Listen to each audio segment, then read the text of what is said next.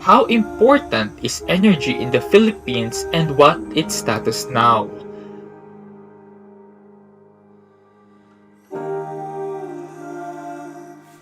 What environmental protection laws concern the energy usage of the Philippines?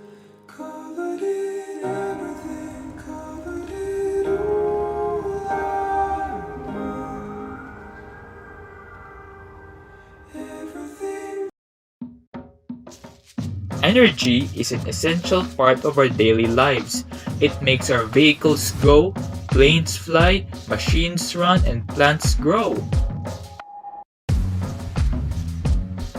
In this sense, we might say that the use of energy drives the economic productivity and industrial growth of a certain state.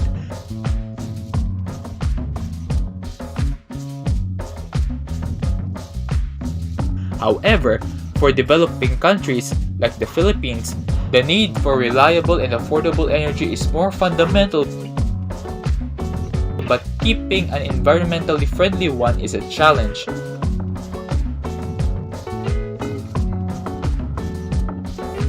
And so, these countries came up with ways to make use of natural energy sources. And it eventually modernized agriculture, increased trade, and improved transportation, and many of the like that helped the people to escape poverty and create better lives. But too much might be too dangerous if one exploits too much of the energy. It might cause great adverse effects in terms of environmental status.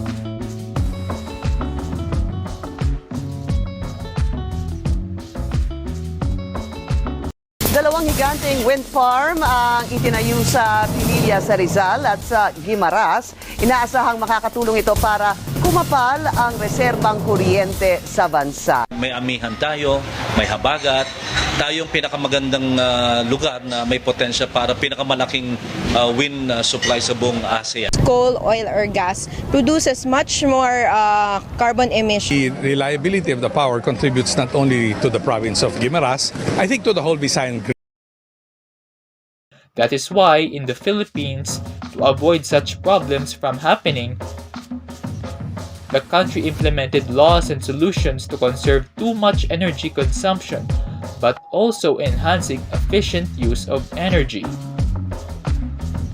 In the Republic Act No. 11285, or also known as Energy Efficiency and Conservation Act, is an act institutionalizing energy efficiency and conservation, enhancing the efficient use of energy, and granting incentives to energy efficiency and conservation projects. As stated in the Section 3 of RA 11285, this act shall establish a framework for introducing and institutionalizing fundamental policies on energy efficiency and conservation, including the promotion of efficient and judicious utilization of energy, increase in the utilization of energy efficiency and renewable energy technologies, and the delineation of responsibilities among various government agencies and private entities.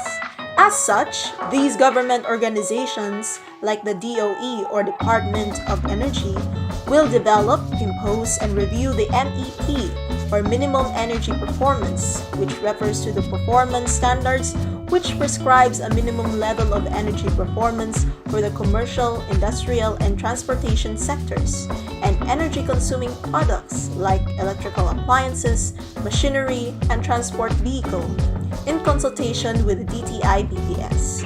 They also require manufacturers, importers, and dealers to comply with the MEP. They are also responsible in enforcing and ensuring compliance with prescribed rating standards for energy performance in buildings and industries in coordination with the pertinent government agencies and LGUs. DPWH, or Department of Public Works and Highways, will be responsible for ensuring the implementation of the guidelines on energy-conserving design of buildings and utility system as an integral part of the National Building Code, roadway lighting guidelines, and such other related guidelines as may be issued by the DOE. DOTR, or Department of Transportation, will be responsible for ensuring compliance of vehicle owners, manufacturers, and importers with the MEP for transport vehicle consistent with the specifications for all types of fuels prescribed under the Philippine Clean Air Act of 1999, and to display the energy consumption label in coordination with the vehicle manufacturers, transport industry associations, public transport groups, and non-government organizations.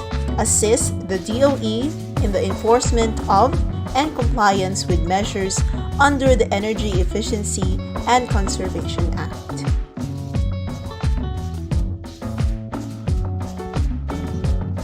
DTI, or Department of Trade and Industry, will require manufacturers, importers, and dealers to comply with the MEP and to display the energy label and the energy efficiency label showing the energy requirement and consumption efficiency of such products on the packaging and on the products themselves.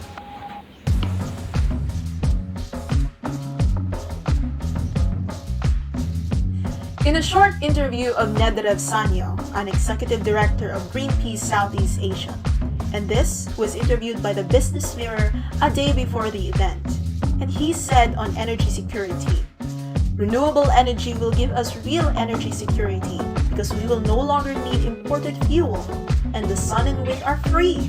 Hence, they are more reliable. Renewable energy is interconnected. If it is connected to an efficient and smart grid, the dispatch of electricity that goes contributes to the grid, Sanyo added. According to Sanyo, it is high time that the government breaks free from the mentality that coal is cheaper, reliable, and is necessary for growth and development as other countries have done. Another law that supports the law on energy is Republic Act No. 9513, or also known as Renewable Energy Act of 2008. And this affirms the government's commitment to accelerate the utilization of renewable energy resources in the country, as this law aims to enable the Philippines to move rapidly towards its goal of being 60% energy self-sufficient by 2010 by developing and utilizing resources such as solar, wind, hydropower, ocean, and biomass energy. An island province called Guimaras, with a population about 200,000, known as the mango capital of the Philippines, the provincial government is eyeing to shift from an agricultural province to an agri-ecotourism province, with a solar wind farm among its tourist destinations on top of the beach resorts around the island.